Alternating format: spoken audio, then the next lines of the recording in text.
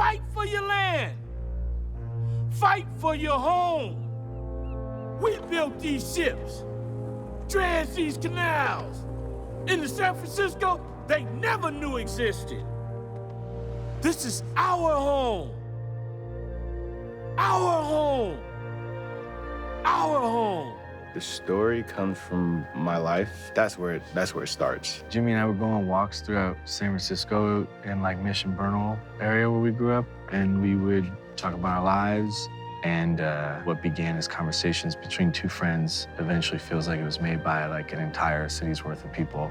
There's something about San Francisco and the connectiveness that I experienced, and to be a citizen of a city and experience the fruits of the city as well as all the growing pains of the city. That's what San Francisco meant to me.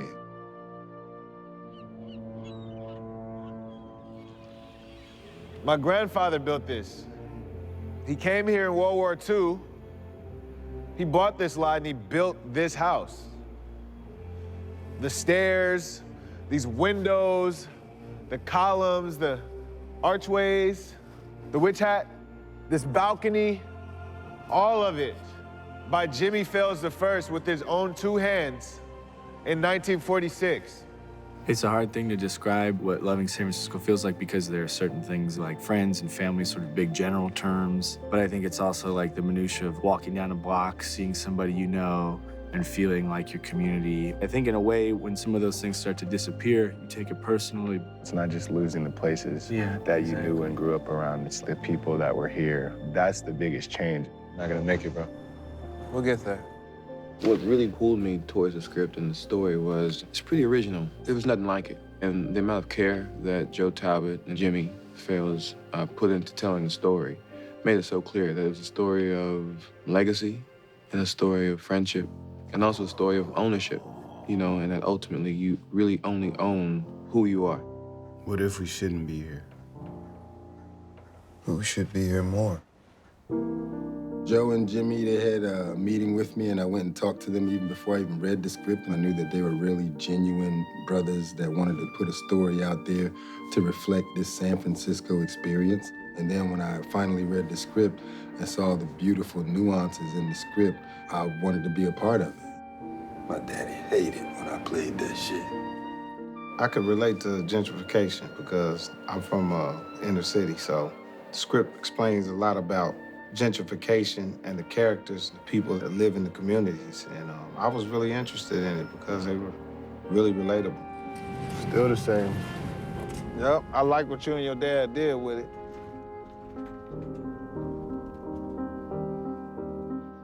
I would describe this story in short as a love story between a man and a house. It's a buddy film too, you know.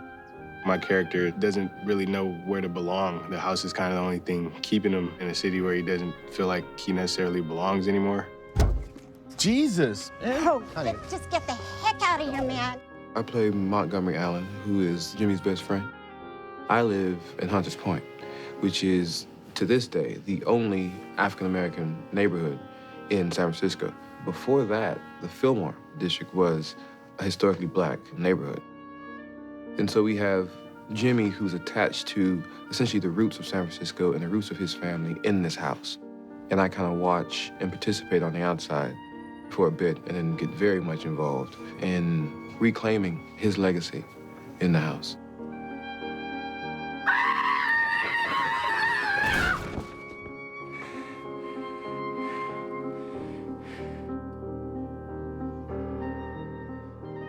My character and the tough love between him and his son in the movie, I think, is reflective of the black male experience in America. You know, we'd rather be tough on our children in the home so that when we go out in the world isn't gonna kill them. You know what I mean? And the love is deep. The love is still there, you know, but it's just to let you know, like, yeah, if I could be this tough and hard on you and still love you, imagine how the world would do you. Come on, J-Bo, get your spine up, son. Have some pride, man. What drew me to Wanda had a lot of attributes like myself, you know? She's like my cousin. She's like my aunt. She is that person that, you know, brings life in the room when she walks in, but you know there's a lot of pain. I think I enjoy playing the part of her life where she's gotten through everything that she's gone through, and she's living a new life. Without looking back and having any regrets, she's looking at her nephew and kind of putting hope in him. I'm proud of you, J-Bo. I really am. Thank you.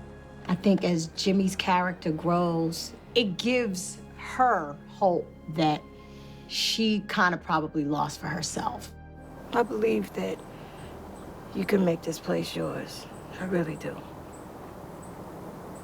But if you leave, it's not your loss.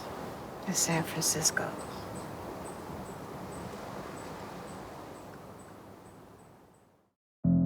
Grandpa Allen is a migrant. He's come here to San Francisco, just like Jimmie Fails' grandfather came here, saw the building of community, spent his youth here. It was the promise of something different. So in some ways, I would pattern Grandpa after my parents, you know. They came here, they set the roots here and everything else. So I think that's part of it. And I could feel the struggle and disappointed in these two young men, you know, Montgomery, my grandson, and his friend Jimmie. All of them trying to find a space and the idea of space and identity. Those are the kind of things I think that are underlining, deeply engaged in the film itself. You two stick together. It's also a film about the characters that make San Francisco great and all these wonderfully original people that we grew up with. And Willie Henn is the preacher, is another legendary San Franciscan. Even people like the candy lady in the film. She was a candy lady in Army Street where Jimmie lived and I lived in real life. I think we just wanted to capture the San Francisco we knew and that no one ventures out to. You know, it's like, who would come here and film in Hunters Point? Like, what story would even permit you to do so? We just wanted to kind of make it magical a little bit.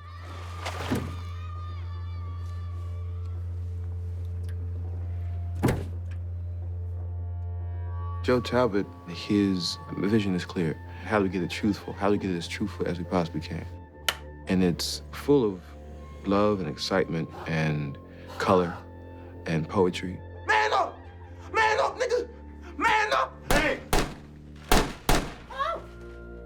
He has a way of telling a story, and sometimes it feels like dog shit reality. You know what I'm saying? Like, this is how it goes. This is what it is. You know, and then the next scene, the next moment is this flourish of light and laughter and love.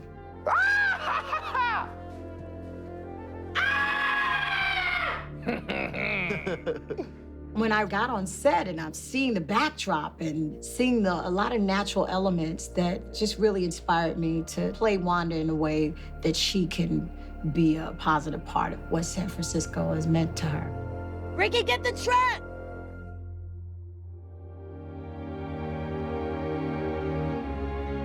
San Francisco has always, to me, been an artsy place, so I think this was a great place to shoot this film.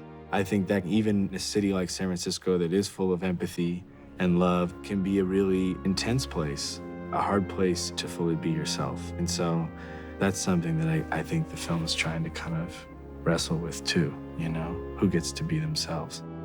The story that's being told and the setting of San Francisco, I mean, I think it's important that those two are in line with each other, and you could feel that, you can sense that, you could see it, and it's awesome to watch. I'm not leaving, bro. I'm the last one left. This is our shit. We can't give up now. We gotta fight. Right?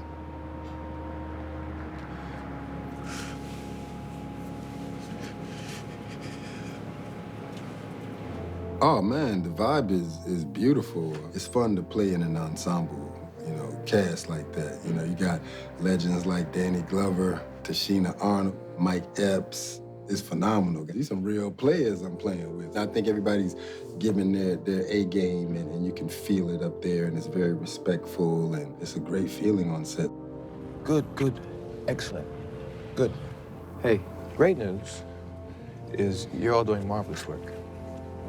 Congratulations. It's not easy. We are doing something quite impactful and something that is, in many ways, impossible. So we're in it, and we're really making it happen. It's a story itself. It's always a story. And if I can add some value to the story, or add something of myself to the story, that's what's more important than anything else. We can brainstorm a little bit. You know, that's where I think we the best at, when we brainstorming. It's always wonderful to be a part of a project that has so much heart. And this project visually is just like breathtaking, but just the writing and what everybody is putting into it, it's just, you can feel it. You can feel the energy, and you just know that it's gonna be a great film.